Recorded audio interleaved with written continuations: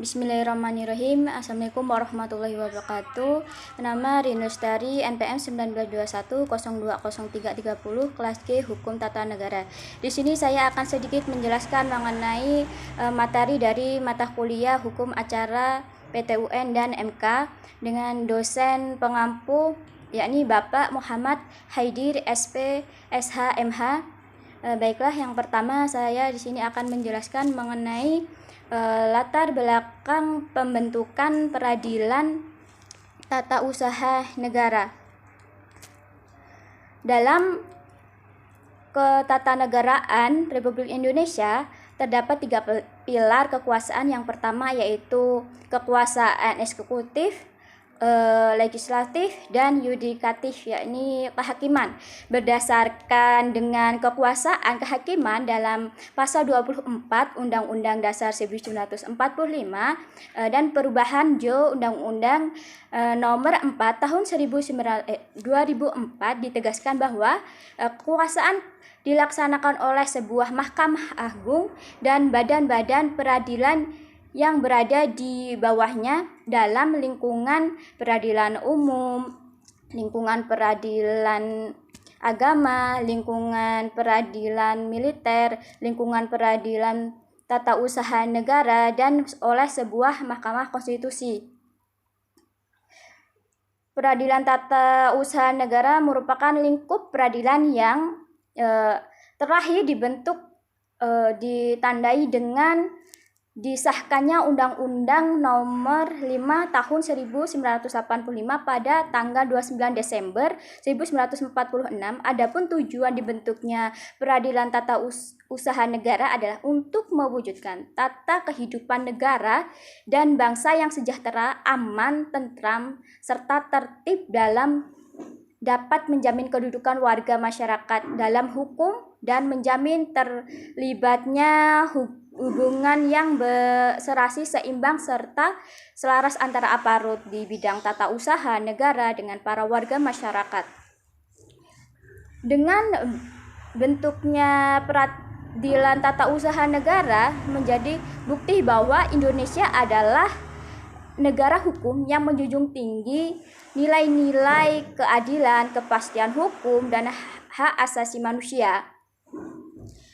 Sesudah diadakannya perubahan atau amandemen pasal 24 Undang-Undang Dasar 1945 menentukan satu, kekuasaan kehakiman merupakan kekuasaan yang merdeka untuk menyelenggarakan peradilan guna menegakkan hukum dan keadilan.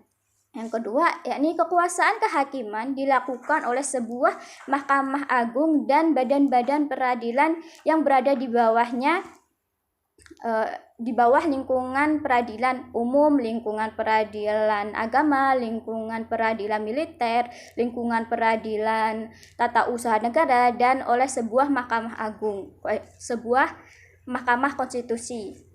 Yang kedua yaitu mengenai peradilan tata usaha negara mempunyai tugas dan wewenang memeriksa, memutus, menyelesaikan sengketa tata usaha negara, yaitu untuk sengketa dalam bidang hukum tun antara orang atau badan hukum perdata, anggota masyarakat dengan badan atau pejabat tun pemerintah, baik di pusat maupun di daerah sebagai akibat dikeluarkannya sebuah keputusan tun, termasuk sengketa kepegawaian berdasarkan peraturan perundang-undangan yang berlaku, yaitu video pasal 50 Jo pasal 1 ayat angka 4 Undang-Undang Nomor 5 Tahun 1945, Undang-Undang Nomor 9 Tahun 2004 Jo, dan Undang-Undang Nomor 5 kesimpulan. Dan menjadi subjek di peradilan tata usaha negara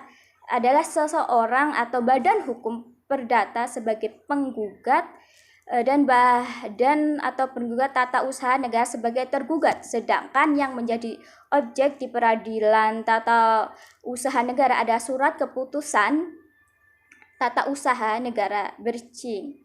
Adapun ketiga, tentang dasar hukum pembentukan peradilan tata usaha negara.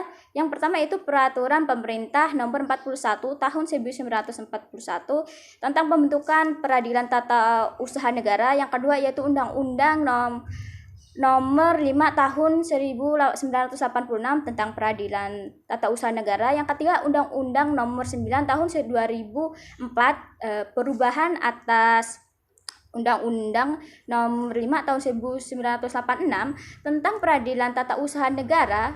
Dan yang keempat yaitu Undang-Undang Nomor 51 Tahun 2009 tentang perubahan kedua atas Undang-Undang Nomor 5 Tahun 1986 tentang peradilan tata usaha negara. Untuk kedudukan dan kewenangan peradilan tata usaha negara, 1. Tempat kedudukan pengadilan dan pasal 6 Undang-Undang Nomor 9 Tahun 2004. Yang kedua yaitu pengadilan tata usaha negara, kedudukan di ibu kota, kabupaten, kota dan daerah, hukuman meliputi wilayah kabupaten atau kota. Yang ketiga yaitu pengadilan tinggi tata usaha negara, berkedudukan di ibu kota, provinsi dan daerah, hukumnya meliputi wilayah provinsi.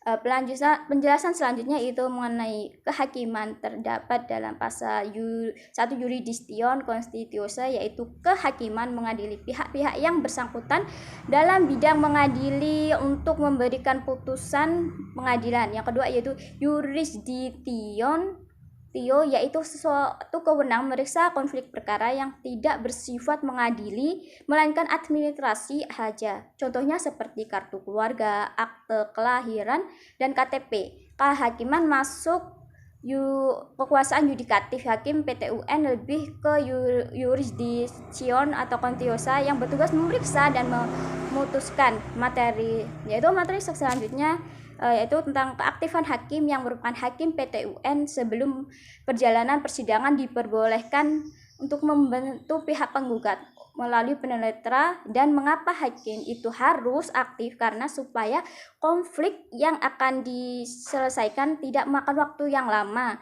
Keaktifan hakim yang pertama memberikan nasihat kepada penggugat untuk memperbaiki gugatan dan agar melengkapi gugatannya. Yang kedua yaitu hakim dapat meminta penjelasan kepada badan atau jabatan yang bersarang atau demi melengkapi data yang diperlukan. Yang ketiga yaitu melalui panitera pengadilan, hakim memberikan bantuan merumuskan gugatan kepada penggugat. Terdapat penjelasan pada pasal 63 dan penjelasan Undang-Undang Nomor 5 Tahun 1966.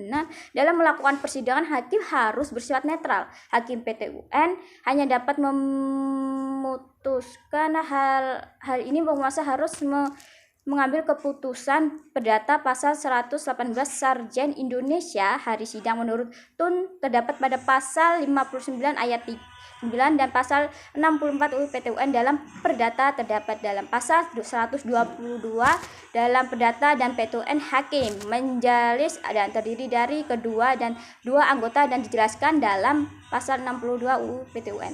Selanjutnya mengenai prinsip atau asas-asas hak utun.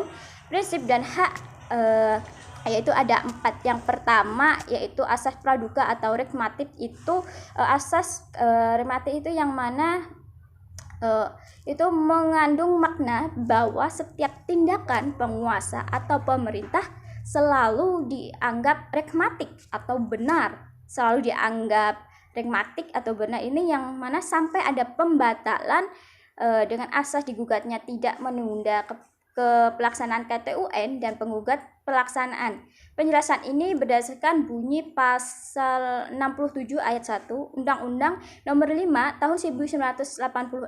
Yang kedua itu asas kebebasan aktif hakim sebelum dilakukan pemeriksaan terhadap pokok sengketa. Hakim melakukan rapat musyawaratan untuk menetapkan apakah gugatan dinyatakan tidak diterima atau tidak berdasarkan yang dilengkapi dengan pertimbangan dengan sesuai dengan bunyi pasal 60 Undang-Undang PT UN dan pemeriksaan persidangan. Untuk mengetahui apakah penggugatan gugatan penggugat tidak jelas, sehingga penggugat perlu melengkapi hal sesuai dengan bunyi pasal 63 Undang-Undang PT-UN. Ketiga yaitu asas pembuktian bebas, yaitu hakim yang menetapkan beban pembuktian. Hal ini berbeda dengan ketentuan pada pasal 1800 BUH. Asas diatur pasal 107 Undang-Undang Nomor 5. Yang keempat yaitu ada asas erga omnes atau asas negatif legislation, yaitu sengketatun adalah sengketa hukum publik. Dengan demikian putusan pengadilan tun berlaku bagi setiap siapa saja, tidak hanya bagi para yang pihak bersangkutan. Itu materi yang selanjutnya yaitu mengenai penyelesaian alur sengketa tun.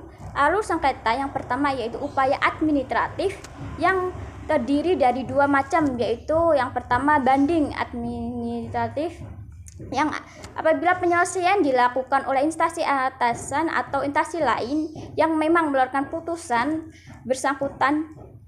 Upaya yang kedua yaitu keberatan merupakan penyelesaian keputusan tun harus dilakukan sendiri oleh badan atau pejabat tun yang mengeluarkan keputusan itu. Alur sengketa yang kedua, gugatan langsung PT-UN berdasarkan Undang-Undang Nomor 5 Tahun 1986. Demikianlah materi yang saya jelaskan. Assalamualaikum warahmatullahi wabarakatuh.